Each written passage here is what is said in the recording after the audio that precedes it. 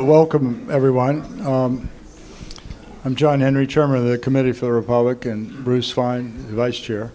And Bruce and I were knocking around. We were saying, who should we have for the last speaker for the season? And every time we use the invitation, but usually about 300 words, and pick the speaker for a reason, and then we have 300 words shot at the introduction. This time we thought, well, you know, we've been at this since Bush invaded Iraq 21 years ago.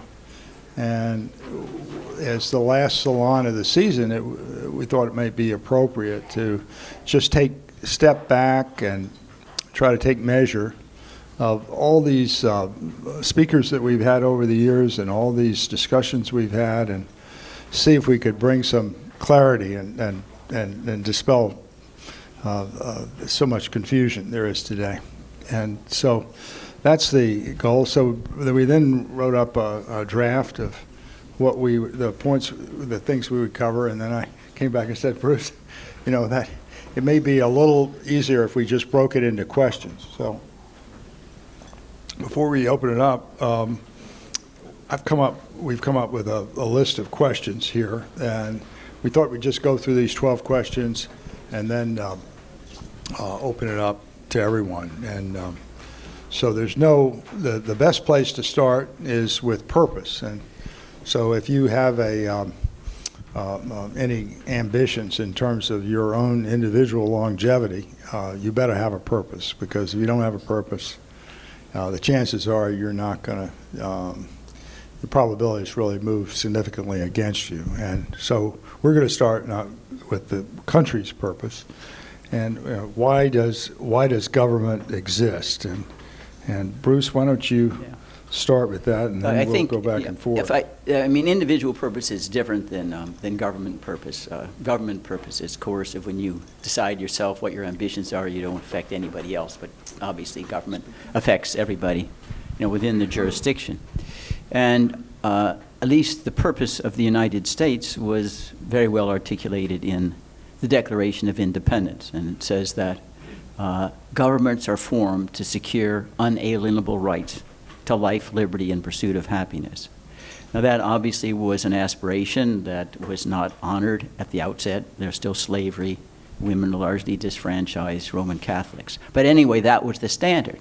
And you remember the Gettysburg Address, the first line of Abraham Lincoln, who understood that, when he said, 77 years ago, our fathers brought forth upon this continent a new nation conceived in liberty. Conceived in liberty. Now, what does he mean? What did the framers mean when they spoke of liberty? It's basically the idea that you get to march to your own drummer, free from domestic or foreign aggression or predation. You choose what's fulfilling. And to the extent that government intercedes and compromises your choice, it's to try to prevent interference with other individuals' right to march to their own drummer as well. That is the idea behind the United States. Why it was very unique and frightening to all of Europe, because all of those governments were created to celebrate a religion, a king, anything but liberty of individual citizens.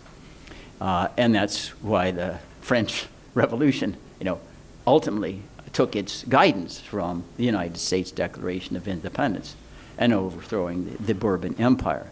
But you have to, I think, understand that foundational concept when you then measure whether or not the government that we're seeing today is fulfilling that purpose, or whether we need to change it. And to go back, to add some flesh to the question, John, at least the framers understood that the optimal but not the perfect way to secure that kind of liberty was through separation of powers. That you pit ambition against ambition. Government wouldn't be necessary if there were angels, and therefore you have to have checks on all power. It was not thought that the goal of government was majority rule. Democracy was virtually never mentioned at the Constitutional Convention except in a derogatory way. And Bruce, let me go ahead. Stop there. So I was out in L.A. about a month and a half ago, and I had the opportunity to talk to two robots who have had the entire internet downloaded on them. Took 30 days, $20 million on this open AI system. And I asked them exactly that question, Bruce. I said, I asked them, and it only takes them 3 seconds to start answering. And unless you say short answer, you get a long one. But I said, now, you've read every speech that every member of the House of Representatives and every senator in the 19th century spoke on the House Senate floor, speeches and presidential addresses, State of the Union, vice presidential speeches. You've read it all. And did in any of those speeches, did the word democracy appear? Did anyone ever use that word? And the robots came back, and they kind of hedged it because they hadn't read. All that is not on the internet, incidentally. And they don't get outside the box. They are only intelligent inside the box. But they basically said that no one had used that word, and was Yeah, it well, that- Federalist? It was a Federalist. Where Madison said, if all of Athens were only made up of Socrates. 55. He said if every Athenian citizen were a Socrates, a collection of them all would still be a mob. That's James Madison. And he says this not because he's trying to deride, individual human rights. He's just recognizing the phenomenon.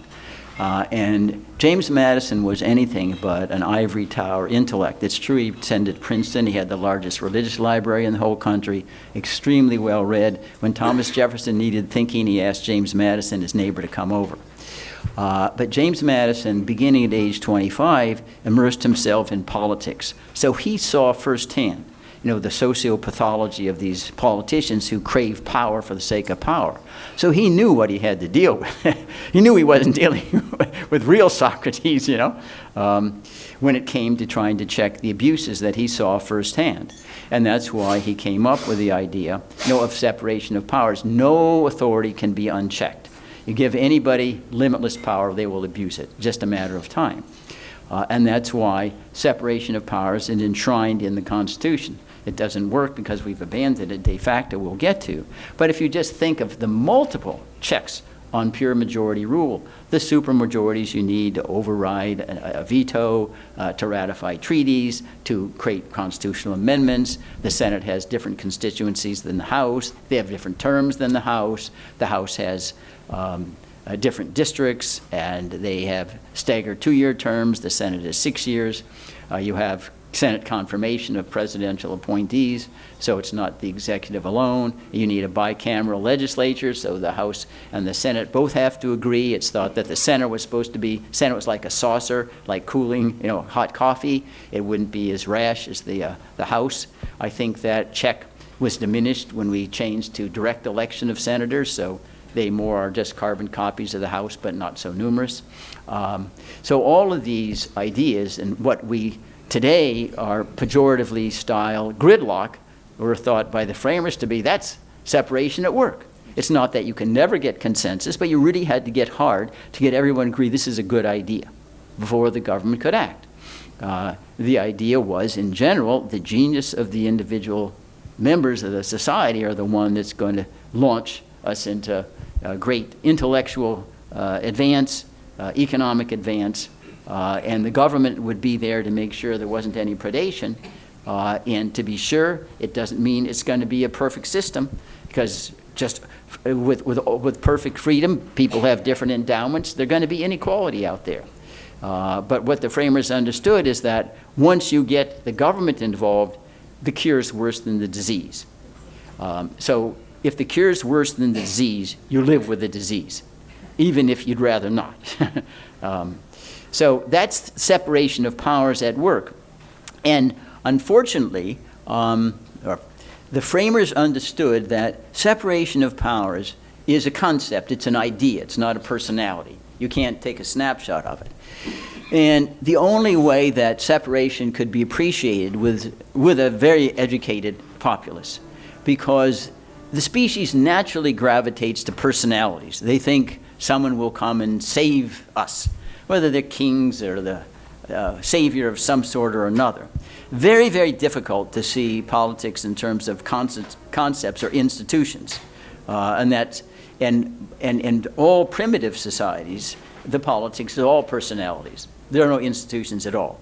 In fact, the United States of America is the only country in the history of the world that ever enshrined separation of powers and practiced it for 100 years before we kind of kicked it away. It's what, 200 and what is it, how many? 234 years that we've had. And is the oldest in the world. And how many constitutions have been created since that? Oh, hundreds, literally hundreds. And not one of them did separation of powers. No. I mean, take an example. In the UK, the United Kingdom, and some people think, well, maybe we should adopt the parliamentary system. There is no separation in the United Kingdom whatsoever. The executive is the parliament. There's no oversight. You go to members of the parliament, they don't even have any staff. Hearings doesn't exist. And of course, the Great Britain doesn't even have a written constitution. That's why you see how their court system works. Recently, you remember that Britain has wanted to send a certain category of immigrants to Rwanda to determine whether they're asylees and then stay in Rwanda if they are. And the Court of Appeal in Great Britain said that's illegal. It violates the European Court of Human Rights because Rwanda is not a safe country. So the parliament passed a law that says it is a safe country and just overruled the court system. You know, like, could you imagine our system where Congress, by statute, could overrule a Supreme Court decision? You know, free speech would have a shelf life of about 5 nanoseconds, maybe, perhaps less.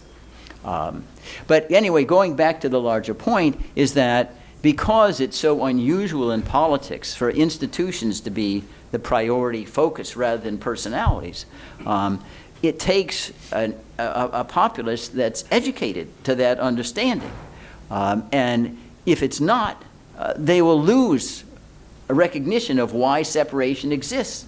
And it will just vanish because the natural tendency is against separation. The natural tendency of all politics is toward limitless power in the executive. I go around the globe, probably been to 100 countries. In virtually all of them, 100% of the power is the executive, whether on paper it's something different. And so that's the need to recognize the danger when you have limitless power is something that recognized only with a highly educated electorate. And today, we don't even teach civics anymore. It's really appalling, you know, what high school, college graduates don't know. We have members of the Congress on both sides, liberal and conservative. They don't know we have 3 branches of government. They think we have 2 chambers or something like that. They don't know we have 3 branches of government. I've had that feeling because I liked my friend Francisco Larrubia Prado is a professor at Georgetown. Grew up in Spain. He's Catholic. Everybody's Catholic in Spain. And I wanted to march in these, and so I joined these orders. And I go in. It's all in Spanish.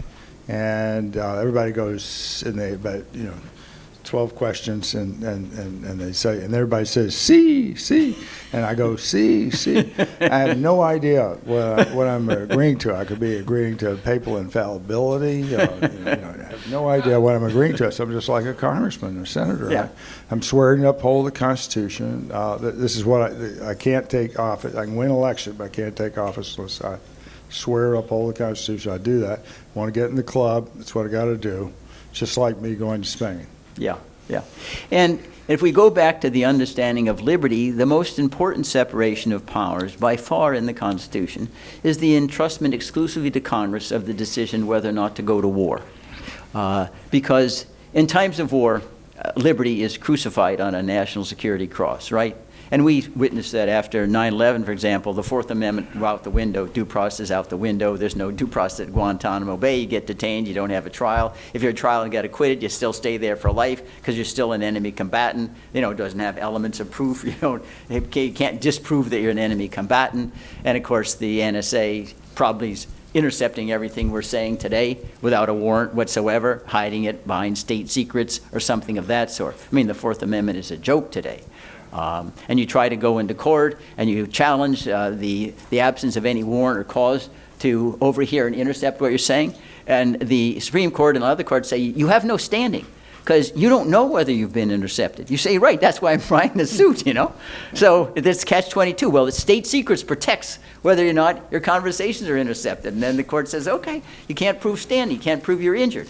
So you'll never get into court because you can't prove that the government has your name in some kind of a secret data file. But going back, I mean, we see how much war, destroys liberty. And that's why the framers obviously knew that you had to have wars in self-defense, but wanted to entrust the power exclusively to Congress. Indeed, James Madison, who understood that more than anyone else, he made the most famous decision in the history of executive power ever. In 1810, the Senate of the United States wanted to confer upon him unilateral power to go to war with Britain or France, who are preying on our maritime commerce. Remember, this was the time of the Napoleonic Wars. Passed the Senate. Madison writes back and says, you can't give me that power. You have to exercise that responsibility. And he had a son-in-law in the House of Representatives he talked to, and they killed it on the House side. But he said, you can't give me that power because most executive officials crave the war power, right? Gives them popularity, gives them all the appointments, the money to spend, and all these other things.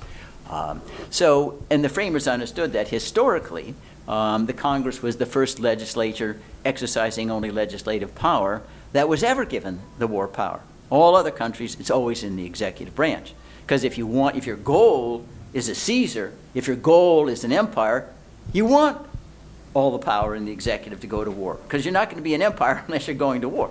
If your goal is liberty, why do you care about that? Obviously, you like example. We don't celebrate misery elsewhere, but otherwise, we know we're going to lose our own liberty if we end up trying to defend, other people's rights when they have invited us in. And so the war power was one of the few powers that it was unanimously agreed that must stay with the Congress of the United States. Now, that must sound very strange to this audience because you read the newspapers and you look what's going on for the last 50 years.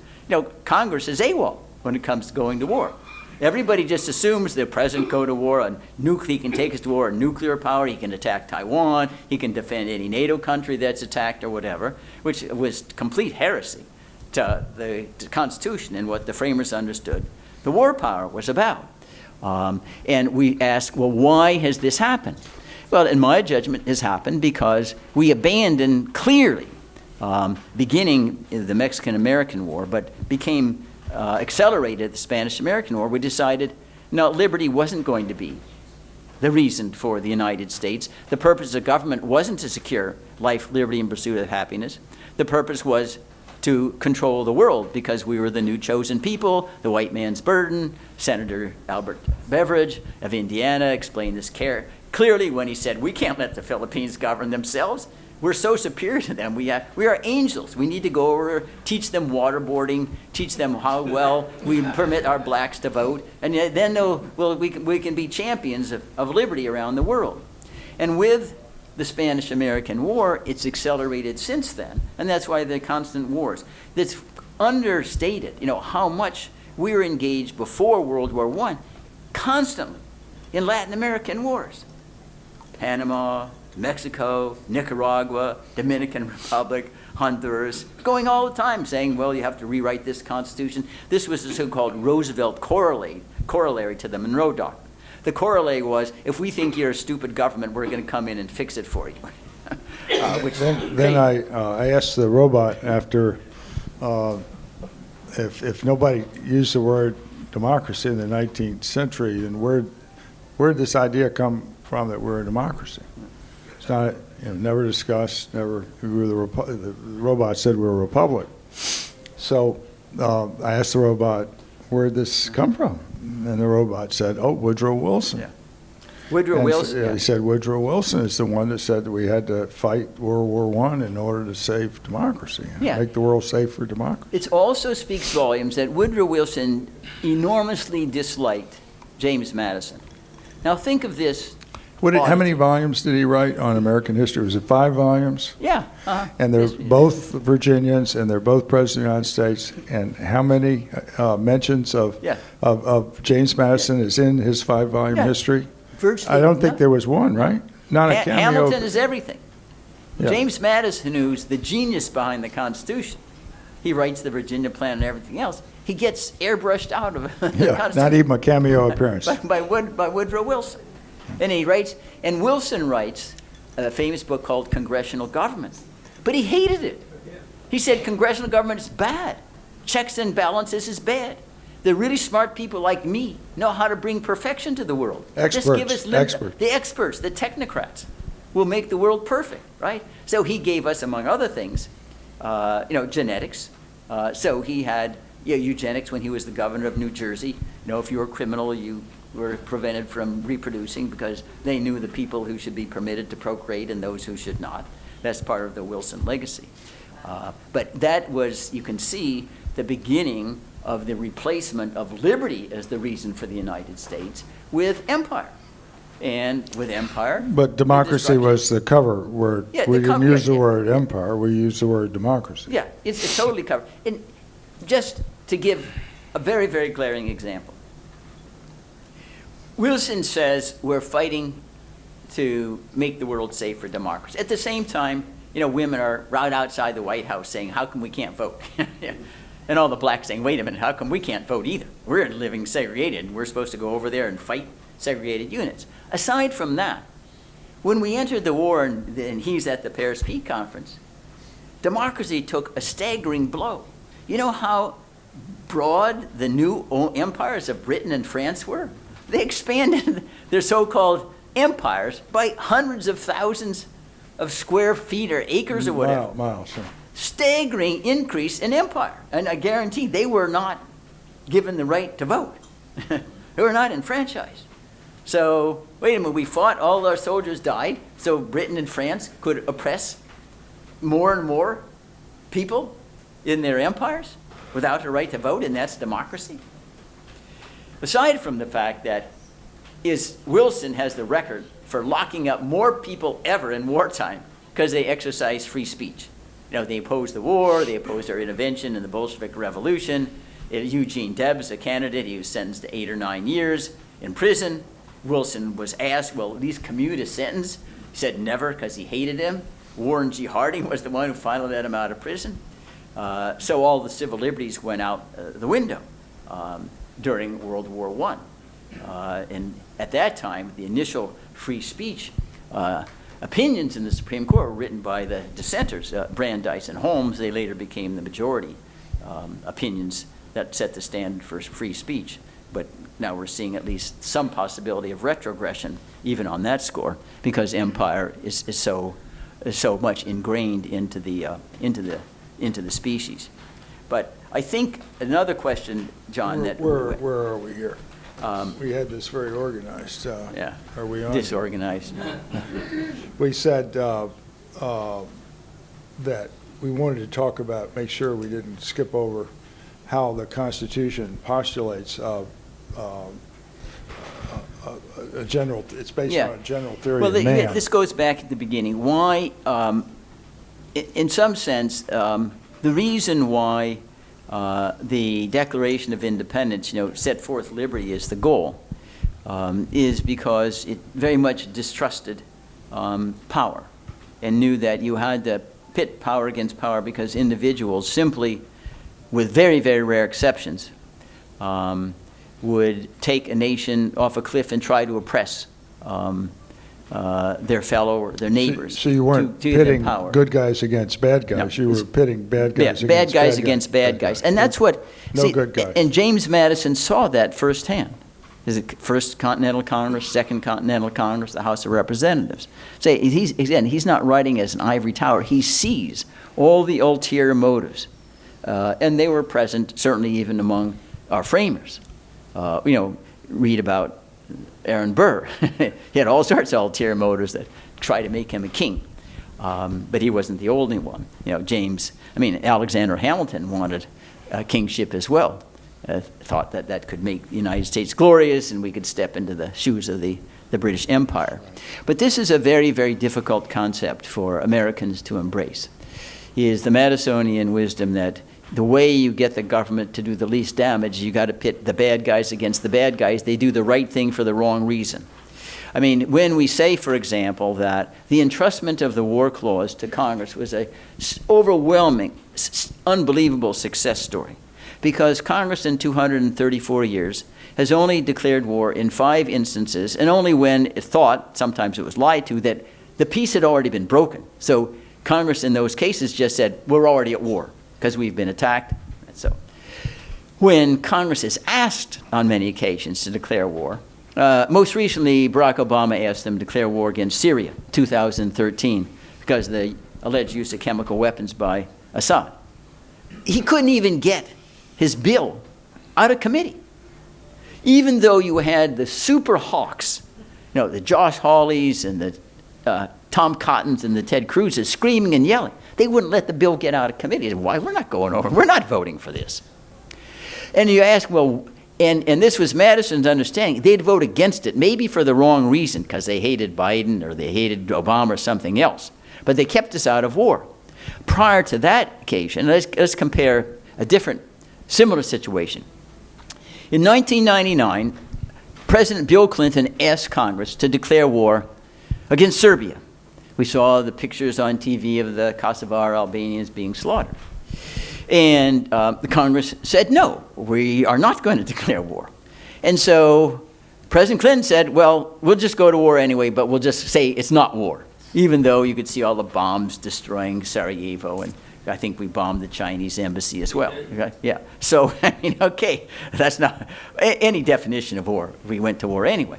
In fact, and I'm not suggesting at all that Kosovar Albanians weren't being horribly persecuted by Slobodan Milosevic. They were. But I can guarantee you, my practice, I see slaughters like that every day. There's limits to what we can do to make it better. We were in Afghanistan for 20 years, spending $300 million a day every year, and what happened? We get a more grisly version of Taliban than before. Women are more oppressed in Afghanistan now than when we invaded. So we're careful, because you got to be cognizant of the limits on what good you can do. And here we are. This is 1999. For 2024, we're still in Kosovo. We still got troops there, still can't get along with Serbs. We don't know, that may last for another 100 years. We haven't been able to diminish the hostility and antagonism whatsoever. It's just like those who think you can stand in between Hamas and Israel and make them love each other. Not going to happen. And I'm saying, again, we understand that it's good that we as human beings are compassionate and feel sad when people get destroyed. But we got to recognize that we just can't eliminate a lot of that without making it worse. That really illustrates, I think, John, perhaps the most brilliant state paper ever issued in the history of mankind, including the United States. It was July 4th, 1821 address of John Quincy Adams to the United States Congress. And he said very clearly that we don't go abroad in search of monsters to destroy, that we wish freedom and liberty and independence well everywhere, but the only reason why we fight only to defend our own is because as soon as we started to fight to defend other people, we'd turn into a warfare state. And we would lose all of the liberties at home, because you don't have liberty in warfare. I want to pause for a second to underscore a definition of war that should be in the Oxford Dictionary, and it's not, because we're so addicted to war we can't imagine how horrible it is.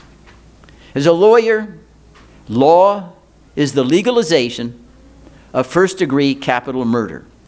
You get to kill people who aren't threatening your life with impunity. That is kind of a very drastic step to take. And that's really what war is. And that's why John Quincy Adams said, really you want to be reluctant to embrace that legal architecture, because we'll never get out of it. And our liberties will be lost. And so that was why the war power was so central, to our maintenance of liberty as the hallmark of the United States. But then when we decided that liberty was no longer the hallmark, then separation went out the window, and the executive branch just ran wars on their own. And also because the culture celebrated empire, it seeped into Congress, and they no longer sought to defend their own prerogatives. The last defense of congressional prerogatives of a serious sort was Henry Cabot Lodge in the U.S. Senate in 1920, when he said, we're not ratifying the Versailles Treaty, which gives the president unilateral power to go to war to defend any boundary in the world without Congress. Now, many say he did that because he hated Wilson, which he did hate Wilson. Because if you look at Henry Cabot Lodge when we were doing the Spanish-American War, and Teddy Roosevelt, his friend, was in the White House, he didn't have any qualms about limitless executive power.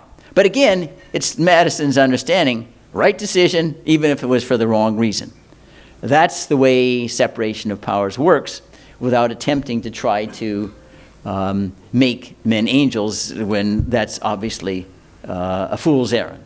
And the framers were not fools by any means. So when we say, today, with all the language that's used, we have this word democracy, that we hear all the time as part of this propaganda, and the word liberty doesn't sound the same, is it? No. So that's why we always use the phrase "march to your own drummer." So people left of center, people right of center use the word liberty more today, and people left of center don't use it as much. So we use the word march to your own drummer. Now, is anybody against marching to their own drummer? But liberty, people will say, well, I don't know. But people that use that word, I'm not sure I agree with them. But marching your own drummer works. And so I think what needs to be underscored is that the framers, with all their wisdom, knew that even the best designed Constitution isn't going to create a perfect world. There's still going to be unfairness elements in it. The most fundamental beginning, discrepancy between everybody starting at the same place at the starting line is the accident of birth. You don't decide where you were born, who your parents were, how many books are in the room, whether they read to you or whatever like that. So not everybody starts at the same place. But you could imagine all of the horrors that would ensue if we had the government come in and try to examine each parental or family structure and say, okay, you're a little bit worse here. You got to read X, Y, and Z to, and these are imbeciles who are in government, who would be the first ones to tell you what books to read, I said, really? Andy Jackson's going to tell James Madison what books to read? I mean, it's mind-boggling. But the reason for this precaution is because I want to get away from the idea, well, the system's not going to be fair. I understand. There are limits to how much unfairness you can remove. But I'm in favor of removing as much as you can, but not to the stage when you start increasing, you destroy liberty. So what's the connection between the search for truth and justice, right? The pursuit of truth and justice, and the purpose of government being liberty? Or marching your own drummer? The nexus between the two is that it is the search for truth. I call it the search for truth without ulterior motives. And you try to squeeze out, hey, I got to think what I see is true and what I can witness firsthand. Read thousands of books written. This is where I think it doesn't matter whether it helps me or hurts me. I got to say it if it's true. That's its own reward. Because that is the only way, in my view, is the way in which you can recognize the centrality of separation of powers to liberty. If you're not engaged in that exercise, you're just not you won't comprehend it. It'll just go over your head. And that's why the United States was very blessed, to have the framers at the Constitutional Convention, especially James Madison. It was almost, there's a book called The Miracle of Philadelphia. I thought that was a little overstated. Now I think maybe it's understated. It was a miracle when I see all the other places and what they do with government power.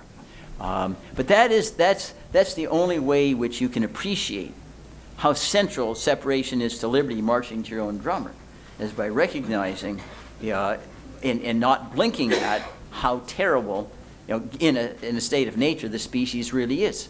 You have to overcome the narcissism of the species to do that, because it's not pleasant. I mean, when you're young, you don't want to grow up and think, my God, we're the species that more proficient at killing ourselves more than any other species. I mean, what other species can develop nuclear bombs to drop and kill at a mass scale and engaged in industrial scale gatherings to kill each other, If you were a tiger or a lion looking at the human species, you'd say, wow. And they think they're superior species and not even close, right? So And our capacity to kill on an industrial scale yeah, is we're heads and shoulders above any other species in the history of the world. But and because all species begin with a narcissism, it's hard to recognize that, to accept that understanding. Everyone in this room, we automatically, we wake up, whether we do it expressly or not, we think a superior species, we can swat a fly, or, So Darwin said we were animals. Yeah, okay, yeah, he understood that.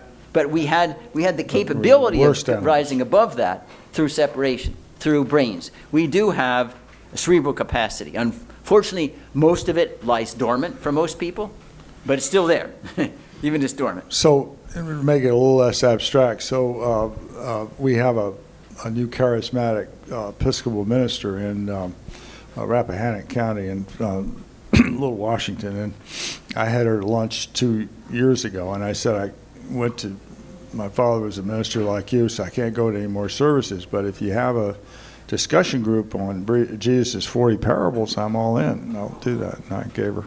So now we're doing this, and I'm going, and they had this very impressive guy who was a ringer, the first speaker. He came from D.C., and he got up and said, you can't, the parable's about getting in the kingdom of God. And so I asked, I said, now, can you get in the kingdom of God without truth and justice? And that has to exist. Does that exist there? And he said, oh, yes. So afterwards, I went up, and I said, what do you do? Are you teach at the seminary? Or he said, no. He said, I'm a psychiatrist. And I said, well, answer me this. How many people do you know, or even are you aware of, who really spend their life in the pursuit of truth and justice? And his answer was very interesting. He went like this. He said, 0. So you're thinking, okay, well,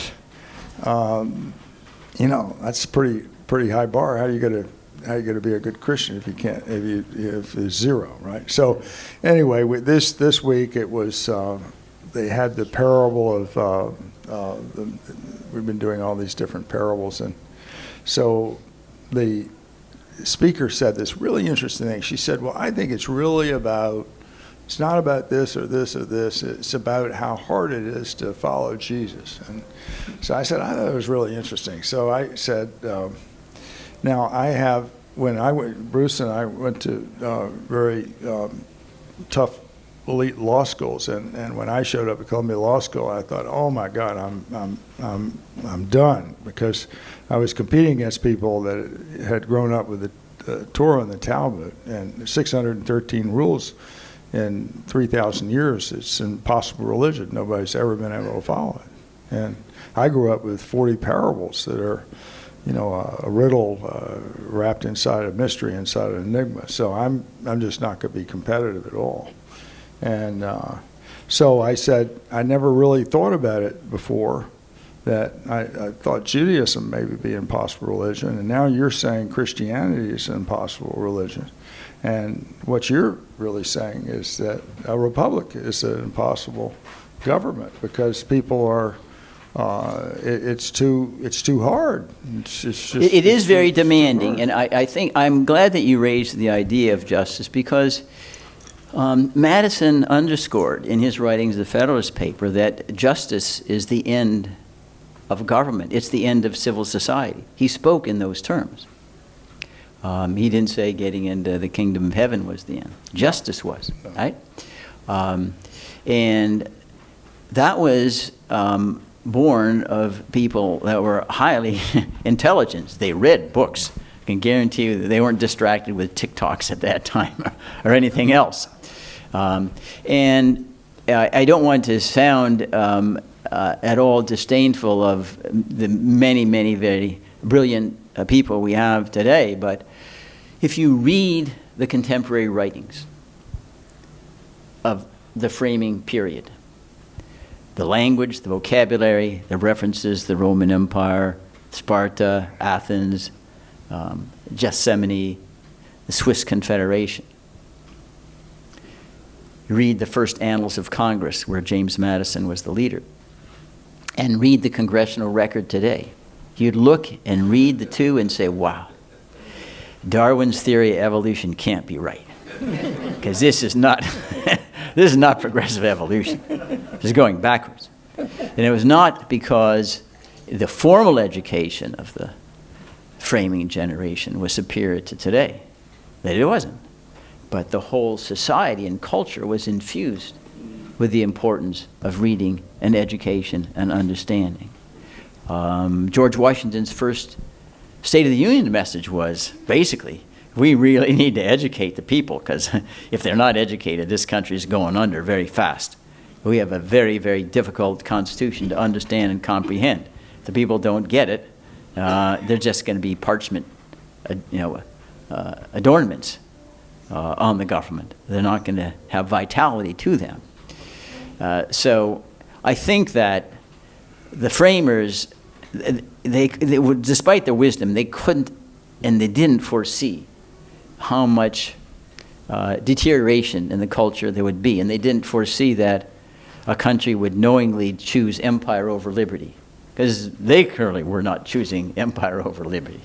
But so what I do every summer is I go to Africa and I get out of the vehicle and get with a guide and a gun and go, and there are at least, if you don't pay attention, you have to be very respectful of the large animals, because the elephants will kill you and the crocodiles will kill you and the hippos and the large water buffaloes, lions. So you're very aware of that you're an animal. And if you're not aware of that, you're in trouble. The guide's going to basically not. So if there are 100 elephants, you're going to swing wider than if there are 10 or 1. And so your whole day of 10-mile walk is essentially a distancing calculation of you're not going there to shoot them, so you're going there to see them. So you want to be very respectful. But so if you're far away, you're in their comfort zone, and then if you keep going, you'll cross over into their uncomfort zone, and then there's a red line, and if you cross that, they're gonna, if they're impala or warthogs, they'll run. The big guys, they're coming after you. So it's that simple. And so I started to think, well, doesn't international relations, all these salons we've had on China, we're in China's face, and in Taiwan, we're in Russia's face, in Ukraine. And they're big animals, and we're a big animal. And I'm in Botswana, and it's only 2.5 million people. And no one in Botswana, that's how many people we had when we started the country. Yeah, 3 million. We were talking about, 2.5, 3 million. And no one there is talking about losing Ukraine or losing Iraq or Afghanistan or Vietnam or China. These aren't thoughts that small countries have. These are big countries.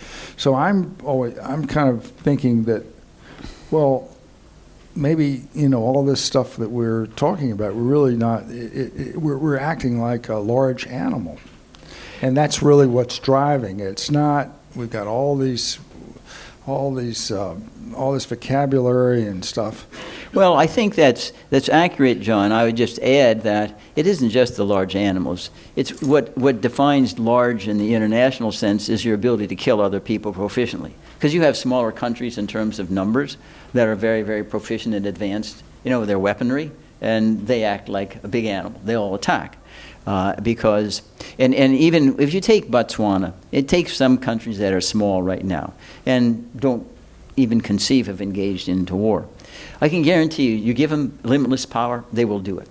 The history of the species is the oppressed become the oppressors as soon as you give them limitless power. They're just waiting there. Now they're no longer oppressed anymore, but you know what? Now we got the guns. And one example is, Christianity. We have the Sermon on the Mount when Christians are being oppressed by the Roman Empire, it's pagan. And then King Constantine comes along and says, now we're Christians. And then the Christians slaughtered all the pagans, went on the Crusades, and invented the idea of a just war to slaughter everybody they wanted to. And so suddenly the oppressed Christians become the oppressors. But that's not the only instance of that. I had an interesting anecdote on that. Has anyone been to the Pendleton Roundup in Oregon?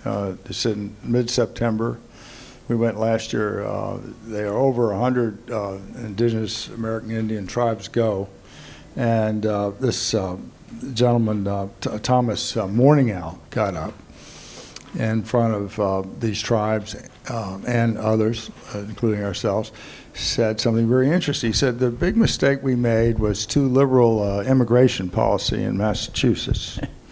And he said, you know, what we ought to do is go over to Europe, and we ought to put the English in a reservation, and put the French in a reservation, put the Germans in a reservation, and the Italians and the Poles, Czechs. And I was thinking, you know, if they had the power, that's exactly what they do. The press will become the oppressor. It's just a question. There's no good guys and bad guys. Yeah. It's only a question of who, at the moment, who has the, who's the big animal at the moment. Right? Yeah. And I do think that that you are correct, John, that over the long run, you cannot, the species simply cannot exercise, you know, the cerebral deliberative powers enough, you know, to maintain separation, and it just breaks down. So it's an impossible form of government. It's destined to fall apart. Like maybe all religions are impossible. Yeah, yeah, and I think that the United species States is too difficult. Yeah, well, I call it too depraved. I don't say difficult in the sense that, you know, we were able to, at the outset, to honor that. I didn't think we had to, you know, perform miracles, but it takes a lot of brains. But we didn't have we weren't a big animal then. We were a small animal. No, but even at the time, if you take, you remember at the time of our founding, shortly afterwards, the Central and Latin America revolted against the Spanish and Portuguese empires, right? Mm-hmm. And they were weak. They were not way past their heyday. The United States could have intervened, but we didn't. We didn't intervene. And we waited, and they sorted themselves out and then recognized afterwards. Because we still had checks and balances. It is it's inconceivable, and I've read, I think, everything there is to know about James Madison. By the way, I live right behind the James Madison Library, so I have necromancy each evening to make sure I'm not missed anything. Yeah, I have about 40 biographies now of him. There's a new one coming out, Liz Cheney's book. I haven't read that. No, hers is pretty... But this fall, I don't know if any of you have ever come to have a spectacle last Saturday in October before Halloween, and Bob and Jennifer Peak here, they do a wonderful video recording of it. And this year I'm going to have, in Spain they have these giant, what they call a gigante. I'm probably not saying it exactly right. Giant. And I'm going to have a giant made, a 20-foot giant James Madison. And maybe that will be the only way I can get you to come see. James Madison never attended races. You know, he didn't do that with his spare time. Right? I can't desecrate his memory and history. But I think that they did not perceive that the country, because their culture was so different, could at all exalt empire, because they looked at the British Empire with great antipathy, except for Hamilton. They said, we do not want to go there. That's the last thing that we want to do. Right. But, you know, then we came future generations that really, I say, intellectually, the erosion began with Andrew Jackson when he became president in 1828 and 1832, the Trail of Tears. We kicked out all the Indians at that time, the Indian Relocation Act. Because Andy Jackson, you know, had complete contempt for intellect. He was very talented at suspending habeas corpus illegally and issuing the death penalty in times of war, fighting the Seminole War. But that was the intellectual break from the framers, because Andy Jackson wasn't part of the band of brothers, if you will, who gave birth to the nation. And then since that, Andy Jackson, you know, with the exception of Lincoln and the Gettysburg Address, we really haven't had people who understood the framing. Right. And it's just been a matter of accretion, losing more and more of separation. So what we wanted to do tonight was try to engage with you to start this off this way and then open it up and see if we have more of a town hall salon and get your ideas. I know, Klaus, you have thought more probably than anybody about this culture thing that Bruce was referring to. And so why don't we give you a speaker. Do you want Hold on, I'll bring you the mic. We'll bring you a mic. So Klaus has been a professor of government at Catholic University for years, and has written extensively on this subject of exactly what we're talking about. All right. I thought I would offer a few comments about why the committee, despite its energetic efforts, didn't get anywhere. Why are we worse off today than we were, let's say, 10 years ago? And I think there's an explanation for that. Well, let's stop right there. Are we worse off than we were 10 years In my ago? view. Or, no, well, I just No. want to, I'm just thinking. My view is there's nothing new under the sun. Are we just more aware of how impossible, if we want to live in a republic rather than if we want to be a citizen of a republic rather than a subject of an empire, This can be discussed. That's much more, I think we're more realistic now than we were 10 years ago, but I'm not sure that we're. Okay, but a question further. that needs to be asked is, if we were not as effective as we might have wanted, what was the reason? Right. And there's no simple answer to my own question, but I would put it this way. We conveyed the message that we had a problem with constitutional literacy, which implied that if we could only get people, the wrong-headed people, to read up on the Constitution and understand what's actually in it, the situation would improve. I think that whole idea was misguided. It was a misunderstanding of the real situation, which was that American constitutionalism is not working, deteriorating, for a simple reason. Americans are no longer Americans. What do I mean by that? If you say that our problem is a failure of constitutional literacy, you imply that you can talk people around, and if they get it, that war powers resides with the Congress, they will see the light and change their ways. To which I say, no, they won't. They are not interested in that sort of constitutional literacy because they're about something entirely different, namely having their way. The Congress does not want its war powers back. The Constitution is cited by most people when it suits their purpose of the moment. They're not carrying around the old-fashioned American respect for law, rule by law rather than men. They're not revering courts.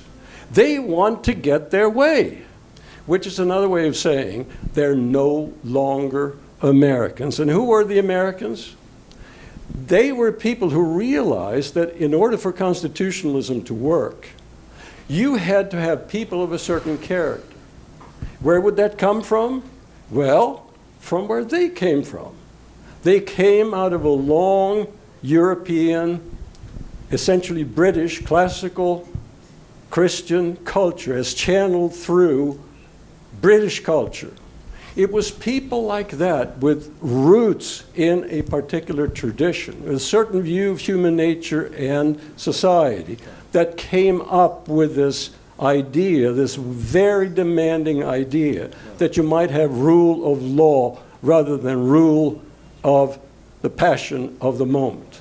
They set their sights very high, and they did it because they embodied a certain culture. They were Americans, unusual people who thought that they might actually achieve something extraordinary. And the reason we are going down is not that we fail to read the Constitution, but that we're not even inclined to revere the Constitution or the rule of law or due process. We want to have it our way, and most of the people who speak up in behalf of the Constitution don't mean it for a moment. They want power. They don't embody the kind of culture, the kind of view of human nature and society that had evolved into American constitutionalism. Without the constitutional personality, no constitutional. So, Yeah. so let me just respond first, and then Bruce, I'm sure, because it's very stimulating, Klaus. So, my friend Richard Vig, we have a kind of a blue zone group on Sunday morning in Rappahannock County, and my friend Richard Viggory's raised $10 billion for Right of Center thing. And Richard's purpose in life, he's 90 years old, is to save Western civilization. And so, I'll I acknowledge that they would not have had, Madison wouldn't have been able to come up with separation of powers if he hadn't come out of Western. In other words, that didn't come out of Eastern. Well, I don't know if I can say that. I'll be more conservative. I'll just say that what we're saying tonight, that the break with Europe was, right, there were elements of commonality and elements of difference. The element of difference was that the English did not have a constitution. They did not have separation of powers, and we did. And that does come out of a Western civilization, even though it wasn't really given to us by the Europeans. It was invented, it was an American invention, and this genius Madison. But so it didn't come from Asia. That's true. But so I'll acknowledge that. But I don't think that's the key issue here. I want to respond, Klaus, and thanks for the stimulating remarks. One, with regard to constitutional literacy. It's true that it didn't succeed because no one was interested in being constitutionally literate. But the experiment was never undertaken, which would be, if you want to have, I think, a bona fide experiment, if these people did sit and read and get lectures and understand the Constitution, would they change their behavior? Maybe not, but the idea that they actually read it and understood it and decide no, they have no clue what is in the Constitution. I developed, I think it was a 10-part questionnaire. It's what I consider very simple questions about the Constitution. Showed it to Tim Wirth. He's a former senator. He said, Bruce, this is way too hard. He says it's about as simple as I could get it. He sat in the House and both the U.S. Senate. I'm up there all the time. They know nothing. And that's why we speak. Thomas Massey met regularly. And he says, Bruce, speaking to members of Congress about the Constitution is reading Shakespeare to cows. Right? So there's never been an experiment to see whether making people constitutionally literate changes their behavior. And the other great one was if you want to get it, because we joined the Capitol Hill Club, John helped us do that. And Massey said, trying to get, because it's right next to the House building, he said, trying to get the congressman over there to talk about the Constitution like in a wheelbarrow with frogs in it. And he said, by the time you wheel it over there, they've all jumped out. So. Yeah. And so that now that doesn't mean that if they were constitutionally literate that they would change, because it's indeterminate because the experiment's never been tried. The second observation I'd make is that which experiment hasn't been tried? Actually making the members of Congress literate about the Constitution. They know what they're talking about. Because right now they're totally clueless about it. That's because they never, Tom will say, they'll say that when they go out and run in these districts, right? Yeah, no one ever brings it. The constituents never bring it up.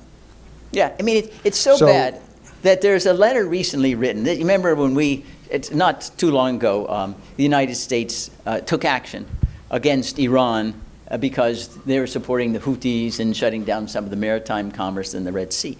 And so these are members of Congress.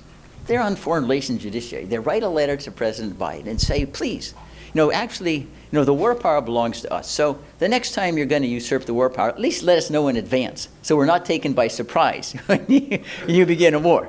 I said, can you imagine anything more craven than that? Because Klaus is right. They don't want to vote on the Constitution. Not because they understand really what the Constitution is about, but they understand war is risky. And they are the most risk-averse people in the history of the world. They don't want to vote on anything. When the 2002 AUMF for Iraq was presented to them, they members were angry, said, why are you making us vote on this? We don't want to vote on it. Just go ahead and go to war on your own. And then if it goes south, we'll blame you. That's risk-free. Because to them, The greatest nightmare is to be primaried. Now, what does it mean to be primary? You have to run for office. You have somebody have an opponent, you know? They crave to run in races in President Xi's China or in Putin's Russia. Hey, you don't have to really take any risks.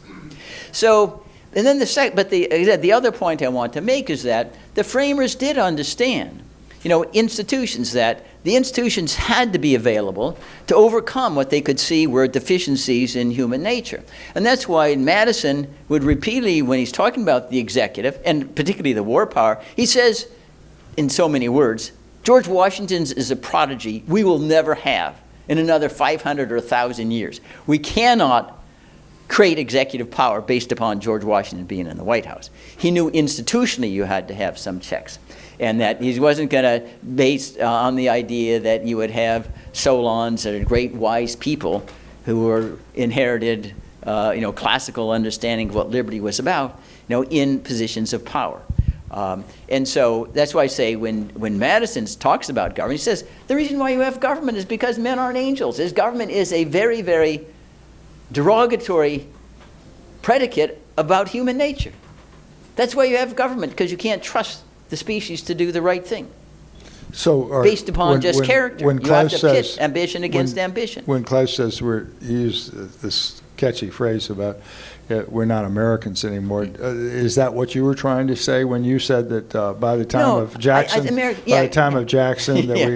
that mean that we weren't Americans as of Andrew Jackson? Yeah, I mean, we no longer were Americans in understanding the Constitution and the importance of institutions. That is, you can understand an institution even if you don't change your own behavior. The institution may force you to change the behavior because you're running up against checks. You can't do what you want to do. Because Klaus is right, yeah, and you're right too. All it's about is power. People enter politics because they're sociopaths. All they care about is power. That's their intellectual universe cannot go outside that kingdom. It can't. How do I acquire and attain power? Beginning and end of all questions and conversations with members up there. And so, but to understand the institutional necessity, because it's bad guys against bad guys, you need a certain level of education. And it just, by the time of Andy Jackson, it wasn't there anymore. Andy Jackson didn't know anything. I mean, he couldn't hold a candle to John Quincy Adams. Yeah, that's something. Yeah, go ahead, Klaus. Yeah. My point was, Did we address your point? well, my point was that if there's a huge need of something in America today, it's not more brain power. I think probably the congressmen today have a somewhat similar IQ to people in the older days.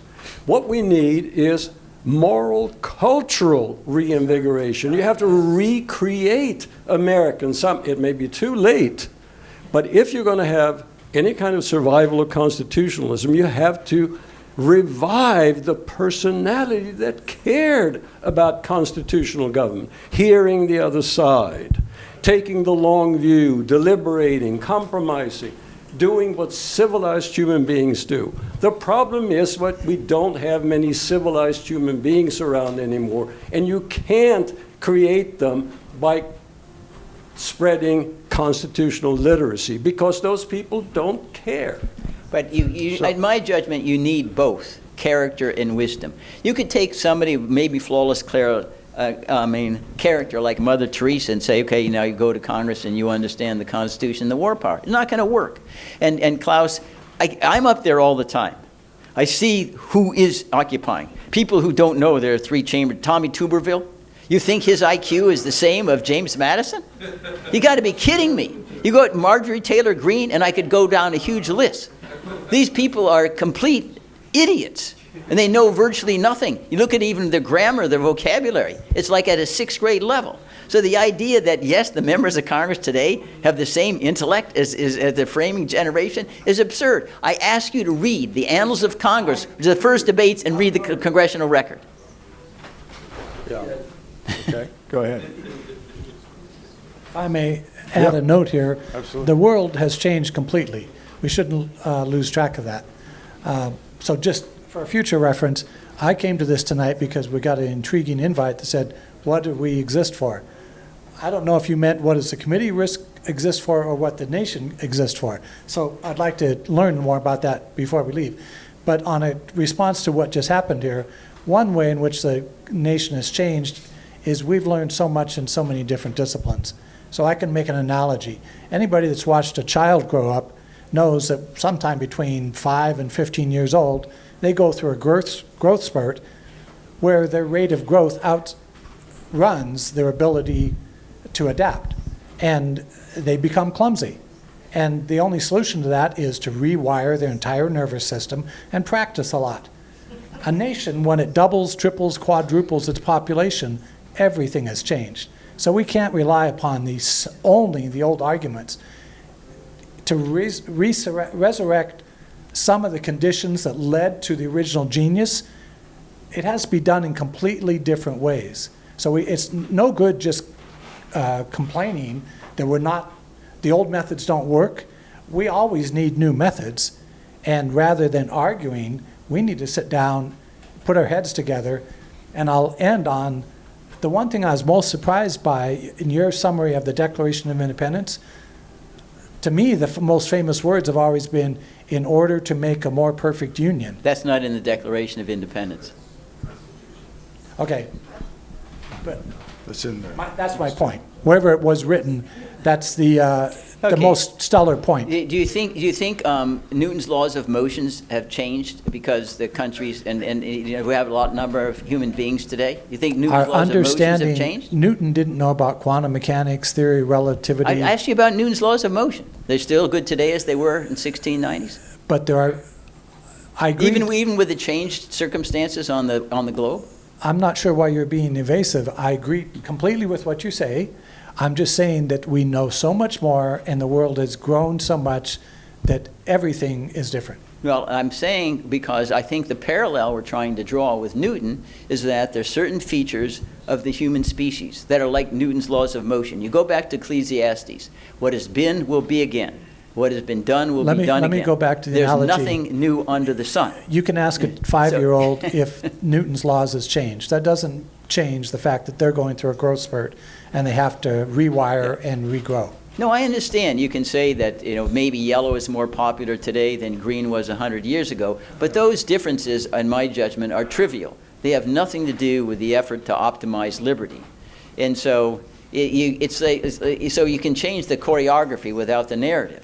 And the choreography is not going to change the basic nature and the horrors that the species visits upon each other day after day.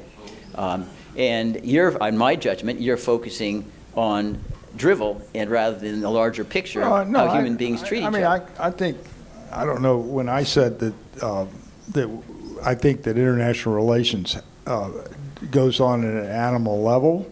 The big animals act different than small animals. We were a small animal when we were during this period, and now we're a very big animal. We're acting in a way that that only a big animal would act. We're not acting like that. That's been enunciated by Mearsheimer. Well, I don't think, I know John, we've had him several times. I gave him my theory at dinner, but he doesn't say it in those terms. But yeah, the realism school is a version of that. I'm just making it a little more colorful. Yeah. Go ahead. What do we have? Joe Baltacino.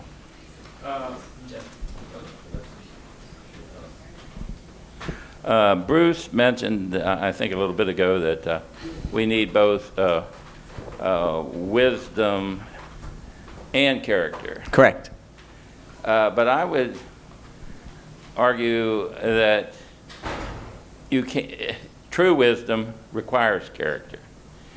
Abstract reason, somebody can have a great deal of intellectual ability, but get everything wrong. And I mean, we see them all around us. Then there might be other people who actually seem a lot less brilliant, but yet when it comes down to doing the right thing and raising their family well, and you may do better than a lot of the brilliant people, as you call them, but that's abstract reason. And another point I'd like to make is that you've talked a lot about Madison and bringing up the checks and balances.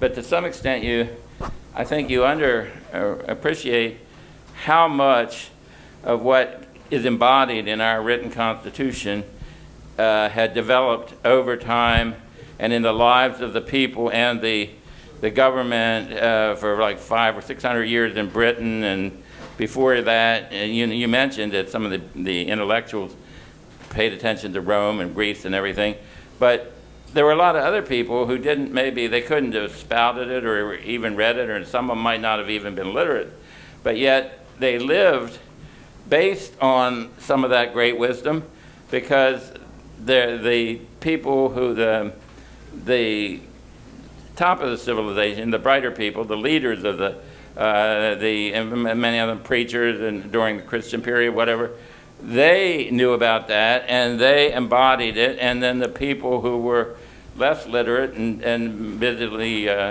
tilling the soil and all, they looked up to the ones who did understand the good stuff, the brilliant stuff, and Christianity and so forth. And so the culture, it was throughout the culture during the period of the framing. We were a largely Christian culture. They believed they understood that man is fallen. He is not naturally good, as Rousseau was preaching at the time, that to do the right thing requires a lot of self-control, and that man being what he is, even those who know that don't always do the right thing, because it's so easy to rationalize that whatever you want to do at the moment is the right thing. And so realizing themselves about their own limitations, they saw the need for checks and balances. Right. And it didn't start even with Madison. I mean, the Magna Carta, the Charter of Liberties, all these, Britain did not have a constitution all written down in one place, but they did have a traditional constitution, which they actually lived by for quite a while. I really believe that what happened was, as long as the king had power, the parliament insisted on the checks and balances and so forth. After the Glorious Revolution around 1688, 89, William and Mary came in. The parliament took most of the power that had previously belonged to the king, and once that happened, they decided they didn't need the checks and balances that the previous situation required. And they stopped following it. In the colonies, where Britain was kind of letting the colonists do their own thing, they had their own colonial assemblies. They still were following the old traditions of the checks and balances. They believed, for instance, that when the king decided, or the parliament decided they wanted to tax the Americans after the French and Indian War, a lot of the Americans were saying, well, all right, that's fine, if a reasonable tax is fine, but under our traditional constitution, taxes are a free gift of the people. Our assemblies would have to approve it. And you guys are just going ahead and imposing it without paying attention to our Constitution. How can you do that? The Brits thought, just like so many of our politicians today, when we expect them to follow the Constitution. What? That's old-fashioned. People haven't done that for 100 years. The Brits couldn't believe the Americans were serious. The Americans couldn't believe the Brits wouldn't listen. And finally, I mean, even after Lexington and Concord, it was still another year went by before we declared independence. We weren't even looking for independence. So, but I'm saying that another reason the Americans were still following the old way when the Brits weren't, is the Americans had what was it called? The English Bill of Rights? The revival that happened. There was the Great Awakening. The Great Awakening. So that the Americans were living in a culture that still appreciated why we need to have checks and balances even on ourselves, because even when we know what we ought to do, we might rationalize. So the Americans still believed that old way. The Brits had gone beyond that. Edmund Burke, in his speech on conciliation with the colonies, tried to tell his colleagues in Parliament that they didn't listen. Let them go. And but again, it's the culture, and just like the culture went down in England, and then we had the American Revolution. Now our culture has gone down. So my argument, and Claus's too, is if we want to revive constitutionalism, we have to work to revive that kind of culture again. And I know it's not easy, but I would think we'd have a better shot as a committee for maybe restoring the republic if we make some effort to improve the culture than if we simply keep talking about the document. I mean, I think we need both. That'd be my argument. I think that it's misplaced to suggest that the American Constitution was just an extension of Magna Carta and was not revolutionary in its own embrace of separation. You say that up until more recently that the legislative branch parliament was a check on the king. But read Federalist 69 where Alexander Hamilton goes out of his way to say, wait a minute, in the Britain system, the king goes to war on his own, he raises money on his own, the ship tax, or he raises revenue, he gets franchise on his own. He could also raise money, like the Treaty of Dover, so King Louis gave Charles II lots of money if he would wage war against the Dutch. And he says, no, our president doesn't have any of this power. We have separation. All of these powers that the king exercises unilaterally is entrusted to the Congress of the United States. So, and the idea of it, Magna Carta was not, number one, it was flouted regularly, but it wasn't separation of powers at all. It was just a deal between the nobles and the king at the time. There was no institutional check. So I say the separation of powers in the United States Constitution was unique in the history of government. It was the crown jewel of self-government. And that was because, in part, maybe it was a miracle. You combined character with people who had real brains. They read books. It wasn't just instinct. I mean, Mother Teresa's people could be goodwill, have no clue as to how to get there. And I mention that in part because you see many, many instances around the world. The Arab Spring, everybody knows what they hate, right? The tyranny. So they revolt, they engage and throw out kings, and they get back another king or another dictator. Because to understand how you build a system that's going to check oppression is 1,000,000,000 times more difficult than knowing you're living under oppression. And that's why Arab Spring, we're all back to the same where we were before. Now, it's true, we didn't succeed. I don't think that our effort, number one, we never got the experiment tried because nobody ever decided they wanted to be constitutionally literate to see whether that would change. But I would agree with you that it's largely an exercise in futility. I think that's what the world has come, we understand, that you simply cannot get a nation, the people, to be a cerebral rather than a hormonal species. The hormonal gratifications will triumph over the cerebral 100% of the time. So you ask, but does that mean all of our sessions are futile? Why did we do them? And this is why I'll say the parable of Socrates. If it's the right thing you do, you do it. Even if you can't save one fish, if you can save one, that's good. But if you tried to save one, it's better than not trying to save any of them. And it may seem rather a small advance, but it's better than all the alternatives. And that's why we continue to do this. Right. Yeah, exactly. So I think it's great when the points on culture because I don't do something like in my business. I'm in insurance, and so I know with a 90, depending on how closely you want to cut it, 97, 98, 99% probability of how much money I'm going to make every year, right? So, but we're not doing this committee thing because we think I know what the probabilities are. I think it's almost zero in terms of succeeding, but we're doing it not because as long as I live in this country, I want to have a space where people can talk about real things. And the Democratic and the Republican Party have basically put a wrecking ball on the Constitution. And our foreign policy operates outside the Constitution. We're subjects of an empire. We're not citizens of a republic. The political competition is restricted to health care, immigration, social issues, and the environment. But the money and the violence, the military-industrial complex, Israel is a subsidiary of that, the warfare state, and the too big to fail banks, that's off the table. It's not discussed. So that's why we're here. We're not here. I'm not here beating my chest saying that I've failed. because I had a probability of success. I said, we're here because what's the alternative? Are we just going to, go off and not talk about it? So when the Iraq War came, it was dramatic. In the Vietnam War, I was against the Vietnam War. We didn't have a debate. Democrats, Biden voted, Hillary voted, they all voted. All the people that ran for president Democrat, they all voted for the Iraq War, right? So we were able to get conservatives and liberals together and independents to talk about what the two parties don't talk about, right? So that's what we're trying to do here, is have a unique conversation, a space where people can talk about it. Because in journalism, they say you should always go where the silence is.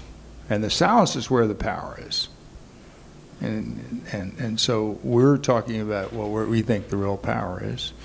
And we're talking about it in the public square. And we're trying to be present. You say it's psychologically, if you're going to be a good parent and a good spouse, you want to be present in your home. Well, you want to be present in the public square. So we're present in the public square. John, the issue is a woman that can. Yeah, go ahead. He's got a question. Okay. I'll bring you the mic. You're next. Hi, I'm Augustus Salzona, and I happen to agree with the two of you 90%. How's that? I'm going to ask you both the same question which I publicly asked Henry Kissinger in 2015. Okay? If those of us who did support President Trump are able to repeat the miracle of 2016, his election, if you had the ear, and this is what I asked Henry Kissinger in 2015 and his at CSIS, and it was a matter of public record what he said. What if you had the ear of the incoming president, regardless of who it is? I'll try to be nonpartisan, non-whatever. What would you advise the next president of the United States? If you had his ear, what would you advise him in terms of foreign policy and the issues most dear to your heart and your intellect going forward? Because you just had a critique of Congress and the Yeah, well, listen. Party. Okay. This is an easy one because we've already done it. In 2016, John and I, over pseudonyms, just like the Federalist Papers, we wrote something for Donald Trump saying, listen, this is what you need to do. Get out all these wars. Say, listen, all these are presidential wars. If Congress doesn't declare war in 60 days, I'm out of here. It's your war, your responsibility. All that money is going to be saved. Of course, he never took anything. Then when Biden comes in, we do the same thing. Right. In fact, with Biden, we had an extra advantage because in 2007 and 8, when Biden was seeking the Democratic nomination to be president, he yelled from the rooftops. This is Chris Matthews on Hardball. And it's hard to get over Chris Matthews' voice, so you really have to shout. But Biden was able to do that. He said, if George Bush attacks Iran without a congressional declaration of war, I'm going to lead the charge to impeach him. I have been chair of the Judiciary Committee, the Foreign Relations Committee. I have all my smart people at Harvard and Yale advising me. Only Congress can take us to war, and I'm going to lead the charge on impeachment, right? Then comes, so among other things, Libya. He's the vice president at that point when Obama decides he's going to overthrow Gaddafi on his own. He never asked for any declaration whatsoever. And of course, Biden doesn't say anything. I remember writing an article at that time. I said, yeah, Mr. Vice President, I can see you telling yourself, it's not that I love the Constitution and the war power less, but I love real power more, that I think I'll stay silent. Kind of paraphrasing Brutus and Julius Caesar if you read the play. Okay? So we've already done that. We do the same thing again. Of course, the reaction of Biden and Trump were the same. Ignore the whole thing. It doesn't matter. Well, I mean, so we're just to give up hope and... No, you do the right thing, even if it doesn't. Listen, we are glad that there are voices in Nazi Germany, even when what they said and denounced Hitler didn't save perhaps anybody from the gas chambers, I'm glad somebody stood up and said it's wrong, it's evil. That's a plus. There are very few pluses in this world, so if you have one, cling to it. So we have a. So I hope this isn't too much of a downer for you, but go back, and the lady in the back, she's been. Well, this is the last, I guess. Okay. We have two more. We're gonna. Thank you so much. I'm fascinated by today's topic. As someone that was born in a British colony and raised in Great Britain, and I've heard much rhetoric here tonight as to where we are as America. But I have to say that as I arrived in Washington, D.C. some 7 years ago, some 6.5, 7 years ago, I was greatly disappointed as to the state of the government. And for me, the Constitution is everything. We were raised in Britain thinking that Washington, D.C. and the United States is absolutely phenomenal. I've been in this country for 40 years, but I lived in Miami. That's a different culture altogether. But there is, being in D.C. and recognizing that there is such a cultural decline. And I think for me, going back, and we talk about the Constitution and the Founding Fathers, but today, I mean, when you take Bible out of schools, which is the foundation of the Constitution, what foundation do we have? And then children are not being taught patriotism and civics. So where are they? And to give you a case in point, I'm running for Congress in DC.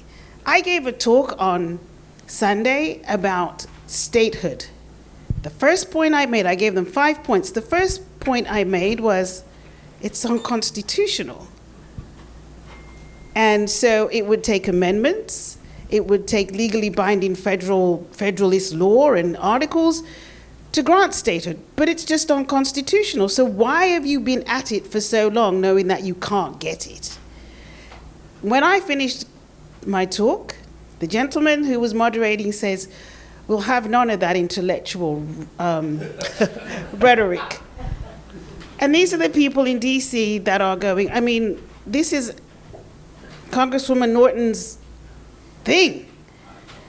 But this is what they're feeding the people of Washington, D.C., and I'm bedazzled as to how we are where we are as Washington, D.C. in the United States. So, but I thank you for the committee, because today I'm enlightened. I was smiling the whole time saying, it's not in vain.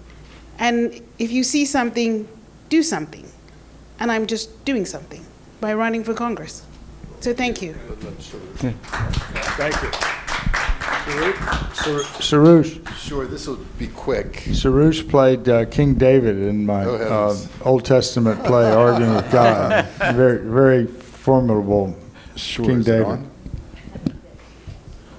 Is it on? Do I need it? Yeah. I just wanted to commend you both. Thanks for all the salons that you've hosted. I wish I could go to more. I don't think it's in vain at all. And I don't think the purview, the focus is just Congress. Of course, they're craven and they seek power and all the rest, but I'll just share a quick anecdote about why there's a need for more education. So shortly after 9/11, at one of the White House Correspondents' dinners, my wife Nancy and I were feeling punchy, and we decided to do a survey and ask all the talking heads 2 questions. Can you roughly tell us what the Fourth Amendment stands for? Anything would have worked as an answer, search and seizure, privacy, anything. And can you roughly tell us who the Hills are? Which we had no idea, but it was like a reality TV show that was being, feted during that particular White House Correspondence. I will tell you that every... Search and seizure.